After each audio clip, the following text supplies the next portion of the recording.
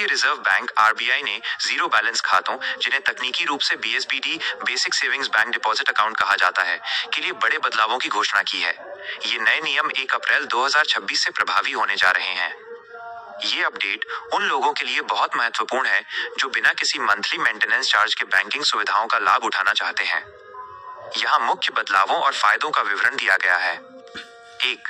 Digital लेन then अब limit से बाहर।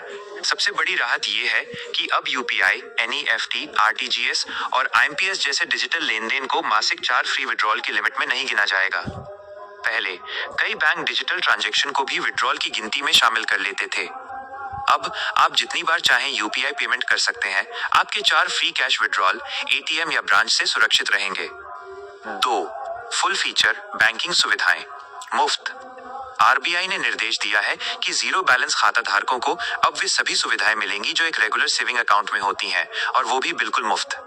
डेबिट कार्ड बिना किसी सालाना मेंटेनेंस चार्ज के एटीएम कम डेबिट कार्ड। चेकबुक हर साल कम से कम 25 पन्नों की चेकबुक मुफ्त दी जाएगी। इंटरनेट मोबाइल बैंकिंग मोबाइल और नेट बैंकिंग की सुविधा के लिए कोई अतिरिक्त शुल्क नहीं। कैश डिपॉजिट कैश जमा करने की संख्या और मूल्य पर कोई सीमा लिमिट नहीं होगी। 3. अकाउंट कन्वर्जन की सुविधा। अगर आपके पास पहले से कोई रेगुलर सेविंग अकाउंट है और आप उसे जीरो बैलेंस बीएसबीडी अकाउंट में बदलना चाहते हैं, तो बैंक को आपकी रिक्वेस्ट 7 दिनों के भीतर पूरी करनी होगी। इसके लिए आप ऑनलाइन या बैंक जाकर आवेदन कर सकते हैं। 4. महत्वपूर्ण शर्तें और सावधानी। एक व्यक्ति एक खाता। आप किसी भी एक बैंक में केवल एक ही बीएसबीडी जीरो बैलेंस खाता रख सकते हैं। यदि आपके पास उसी बैंक में कोई और सेविंग अकाउंट है, तो उसे 30 दिनों के भीतर बंद करना होगा।